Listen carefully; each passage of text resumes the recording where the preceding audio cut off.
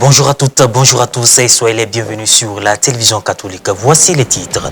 Le jeudi 30 décembre 2021 s'est tenu à la paroisse Saint-François-Xavier d'Anono dans la commune de Cocody une messe d'action de grâce réunissant les veuves du village d'Anono afin de prier pour le repos des âmes de leurs défunts époux et leur remettre des vivres pour les fêtes de fin d'année. Le point dans cette édition. Et puis la messe de requiem pour l'archevêque Desmond Tutu a permis samedi 1er janvier 2022 à ses proches et à tous les Sud-Africains endeuillés de lui rendre un dernier hommage. C'était un dernier adieu à l'un des héros de la lutte contre l'apartheid.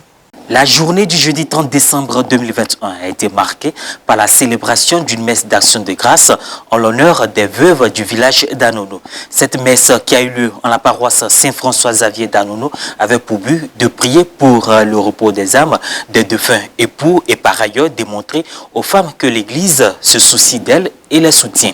Reportage Frédéric Mouni, Maria Bissier, commentaire Roséline Mobio.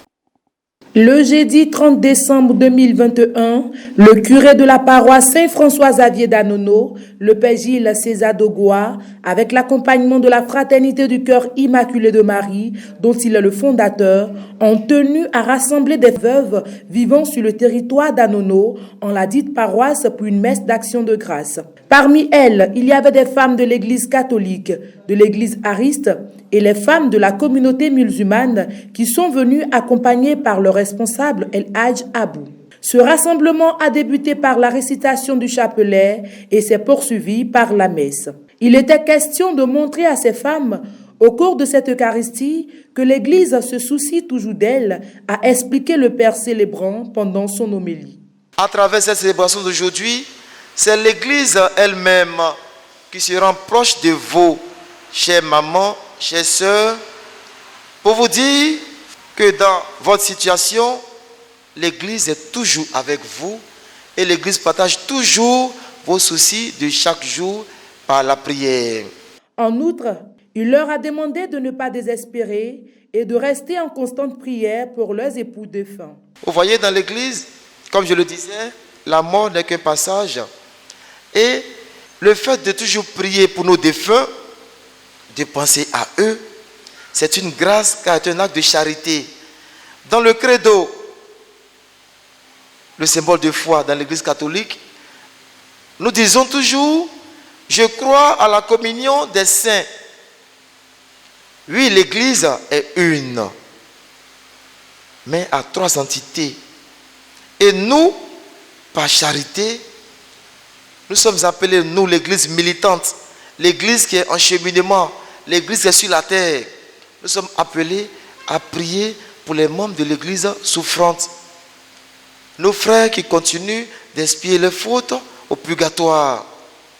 Et une fois rachetés, ils regagnent l'Église triomphante, le paradis, et à leur tour, au niveau du paradis, ils prient pour nous.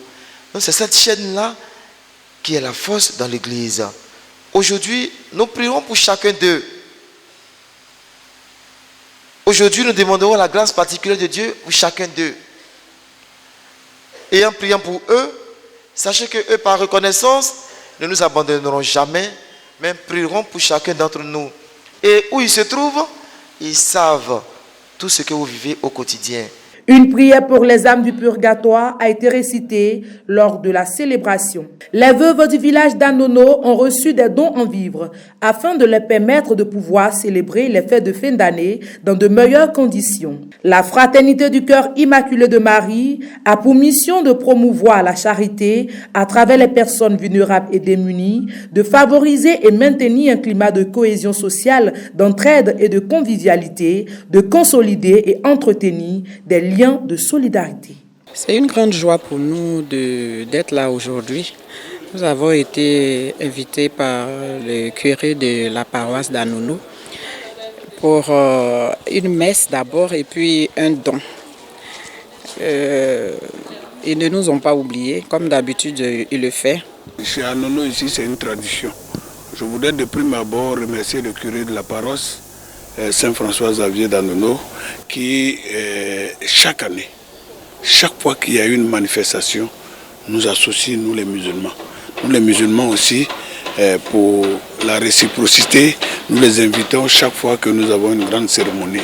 L'entente entre les musulmans d'Anono et la communauté catholique d'Anono et les autres religions sœurs qui sont les aristes et les méthodistes est une réalité. Une réalité et je ne suis pas surpris de l'invitation qui nous a été faite ce matin par le curé de la paroisse. On vous remercie beaucoup. Que Dieu nous donne longue vie, beaucoup de santé, tout ce qui est bon. Vraiment, on remercie l'Église catholique beaucoup, beaucoup. Vraiment, on est trop contents. Je vous remercie beaucoup. Que Dieu n'a qu'à nous donner force. Donc, l'Église catholique, l'Église ariste, c'est même Dieu. Donc aujourd'hui, on est venu chez l'Église catholique. Ce qu'il nous a donné, on est content. La paroisse Saint-Xavier d'Anono a abrité cette messe avec toutes les veuves catholiques, aristes et musulmanes. Les fêtes de fin d'année sont marquées par la naissance du Christ, l'un des piliers de l'année liturgique. Jésus est né dans une famille et aujourd'hui, toutes les familles se sont attelées à célébrer cette fête-là. Ces familles s'attellent également à célébrer cette fin d'année. Quand il dit famille, papa, maman, enfant. Nous avons sur le territoire paroissial des femmes qui depuis des années ont perdu leur mari, leurs époux. Nous avons voulu penser à elles à travers cette 3e édition comme pour montrer la proximité de l'Église vis-à-vis de ces personnes-là qui le plus souvent sont laissées pour compte. Leur montrer que l'Église est avec elles, que l'Église les associe à sa joie, que l'Église ne les laisse jamais seules.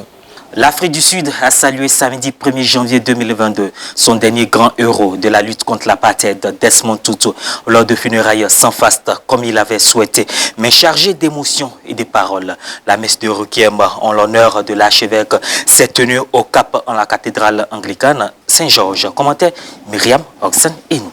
La messe de requiem pour l'archevêque Desmond Tutu, célébrée dans la cathédrale anglicane du Cap, où il a prêché de toutes ses forces contre le régime raciste de l'apartheid, a permis samedi à ses proches et à tous les Sud-Africains endeuillés de lui dire un dernier adieu. Sous un ciel lourd et une bruine fine, la famille et les amis, prêtres et dignitaires sont arrivés au compte-gouttes dans l'église pour une cérémonie que Monseigneur Tutu, décédé le 26 décembre à l'âge de 90 ans, a voulu simple et épurée et dont il avait choisi les textes et les orateurs. Le président Cyril Ramaphosa devait prononcer l'éloge funèbre après la communion et remettre à la veuve de Tutu, Mamali, comme l'appellent tendrement les Sud-Africains, un drapeau national.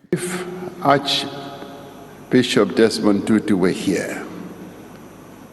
Si l'archevêque Desmond Tutu était là, il aurait dit « Hey, hey, pourquoi vous avez l'air si triste? Pourquoi vous êtes si malheureux ?» Il aurait voulu nous voir sourire, rire, parce que Desmond Tutu était une personne comme ça. Le cercueil dans lequel il a reposé les 2 jours précédents au sein de la cathédrale à Saint-Georges pour que des milliers de personnes viennent honorer sa mémoire, celle de ses combats et son enthousiasme, est en pain clair. Il avait demandé le moins cher possible, pas de poignée en or, de 5 bouts de corde pour le transporter. Dessus, un bouquet d'œillets blancs.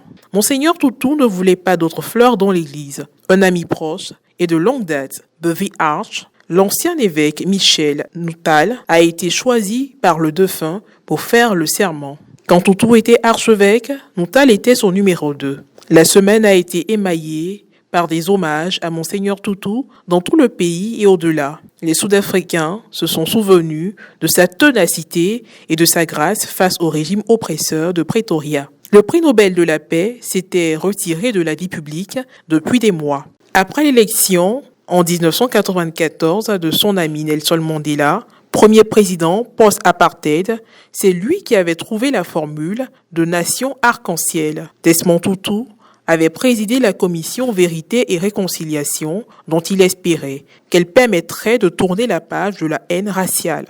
Ainsi se referme cette édition. Merci de l'avoir suivi. Merci de votre fidélité.